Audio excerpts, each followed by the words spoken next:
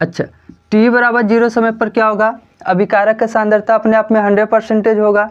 ठीक, यानी अभिकारक का जो सांद्रता होगा वो कहाँ पर होगा, आर नॉट एकदम यानी कि 100% होगा।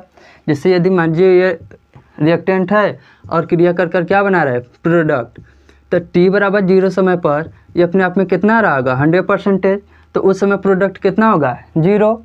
अच्छा, वही हम बात करेंगे कि एट t1 समय पर यह कितना हो जाएगा, 80%। तो जब अभिकारक का सांद्रता 80% हुआ तो जाहिर सी बात है प्रोडक्ट कितना बनेगा, 20%। अच्छा, एट t2 समय पर क्या होगा, मान लेते हैं कि 40% अभिकारक का सांद्रता है और उत्पाद का सांद्रता कितना हो गया, 60%।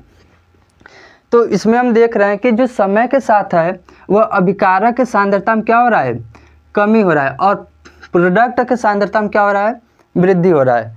ठीक, तो यानी कि यहाँ पर जो समय के साथ क्या होगा, अभिकारक की सांद्रता में क्या होगा, वृद्धि हो, अभिकारक की सांद्रता में कमी और उत्पाद की सांद्रता में वृद्धि। तो t बराबर 0 समय पर अभिकारक की सांद्रता कितना है, आर नॉट।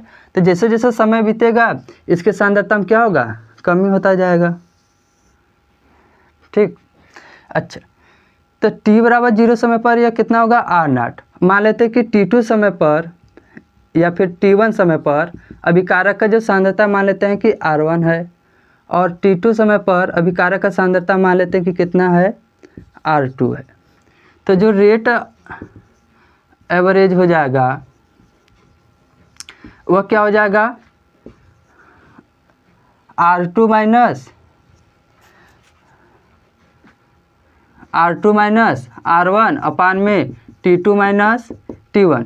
पर यहाँ पर जो R1 है उसकी सांद्रता क्या होगा, मैक्सिमम होगा। क्यों, क्योंकि जैसे जैसे हम ऊपर से जब नीचे आ रहे हैं तो ग्राफ में जैसे जैसे प्लॉट कर रहा है तो हम क्या देख रहे हैं कि अभिकारक की सांद्रता में कमी हो रहा है। तो यहाँ पर जो R है उसकी सांद्रता ये क्या है, मैक्सिमम है किससे, R2 से। तो यानी कि यहाँ पर क्या है, R1 जो है वो ग्रेटर है किससे, R2 से। ठीक, तो क्या हो जाएगा, डेल्टा माइनस के साथ होगा। क्यों, क्योंकि यह ग्रेटर है, तो माइनस डेल्टा R अपान में डेल्टा T।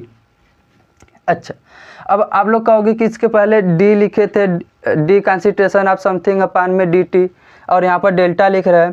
तो देखो वह था, जो रेट ऑफ रिएक्शन होता है वह 3 प्रकार के होता है। एक होता है तात्क्षणिक वेग यानी इंस्टेंटेनियस रेट, और दूसरा होता है एवरेज रेट ऑफ रिएक्शन, और थर्ड होता है इनिशियल रेट। ठीक, तो अभी उन लोग का बाद में बात करेंगे, अभी बस केवल यहाँ पर समझ लेते हैं। ठीक, तो ये हो गया। अच्छा, वही हम बात करेंगे प्रोडक्ट के बेस पर ग्राफ क्या हो जाएगा। यहाँ पर कंसंट्रेशन ऑफ प्रोडक्ट, और यहाँ पर क्या हो गया, टाइम। यहाँ पर टाइम हो गया, यहाँ उत्पाद की सांद्रता हो गया। t बराबर 0 समय पर उत्पाद की सांद्रता कितना होगा, 0। t बराबर 0 समय पर उत्पाद की सांद्रता 0, और t बराबर 1 पर अभी उत्पाद की सांद्रता 20%। यानी क्या देख रहे हैं कि जैसे जैसे समय बढ़ रहा है उत्पाद की सांद्रता में क्या हो रहा है, वृद्धि हो रहा है। ठीक, यानी जैसे जैसे समय बढ़ेगा उत्पाद की सांद्रता में क्या होगा, वृद्धि होगा। तो मान लेते हैं कि t1 समय पर उत्पाद की सांद्रता कितना है, P1, एंड t2 समय पर उत्पाद की सांद्रता कितना हो गया, P2। तब क्या हो जाएगा, तो जो रेट ऑफ रिएक्शन होगा वह क्या हो जाएगा, P2 माइनस P1 अपान में T2 माइनस T1।